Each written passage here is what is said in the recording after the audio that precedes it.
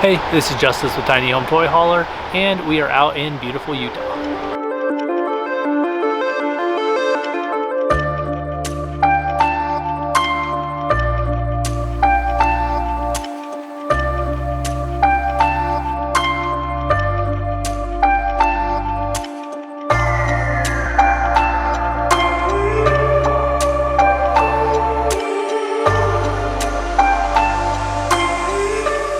Today we're going to talk to you about an intake we've been running for a little bit now, and that is the S&B Filters Dirt Particle Separator intake.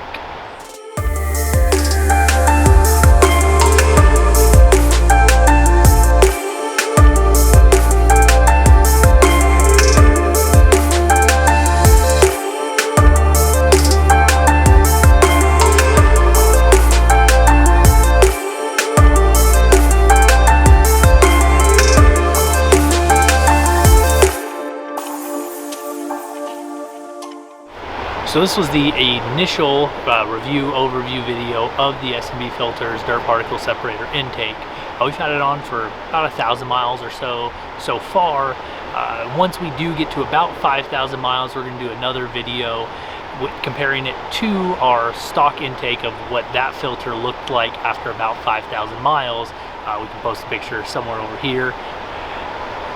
And then with that, little information for you guys, which we didn't really know. So since we do tow a lot, go off-roading a lot in dusty conditions, we follow the severe duty maintenance program. However, we did prepaid maintenance when we bought the Ford. That only covers the normal maintenance intervals. So whenever we do bring the truck in, we were bringing it in, every 5,000 miles or so, get oil change, get filters, because we had already paid for it. And then fuel filters every other oil change. However, certain dealerships would honor that, certain ones would not. So it really just depended on what they could get approved by Ford, and most of the time they would not replace the air filter even though we asked for it because it wasn't actually due. So the S&B Filters Dirt Particle Separator is actually 4% more restrictive than stock. However, that is with a perfectly clean stock OEM filter. Once you get any kind of dirt, dust, or smoke into that stock filter, it becomes more restrictive than the dirt particle separator. So this not only means that the dirt particle separator is going to flow more air than a stock filter as soon as you get off-road or on a dirt road or just have a wildfire nearby, but it also means that filter life of the stock filter is way shorter than the S&B one. This is the new S&B Filter Dirt Particle Separator intake. First thing you'll notice is the battery has been relocated to behind the intake. Intake is now in the front. It gives you more space for air to get into it. And then you also notice these little cyclones in the front. What it does is it will cyclone the air, eject the dirt, and then suck it out the bottom. There's a little fan down there, 12 volt, and it does all of that before it gets to the filter, which is right here. Filter's actually a little bigger.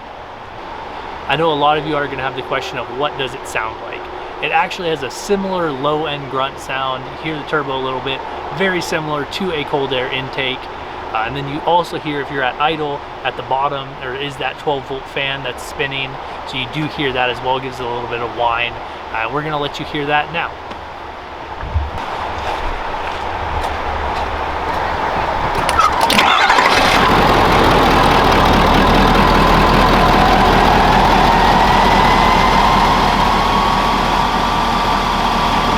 Thank you for watching. If you have any questions, please comment below. Don't forget to like and subscribe, and keep an eye out for the second part of this overview review of the intake once we get to about 5,000 miles, so should see that in the next few weeks.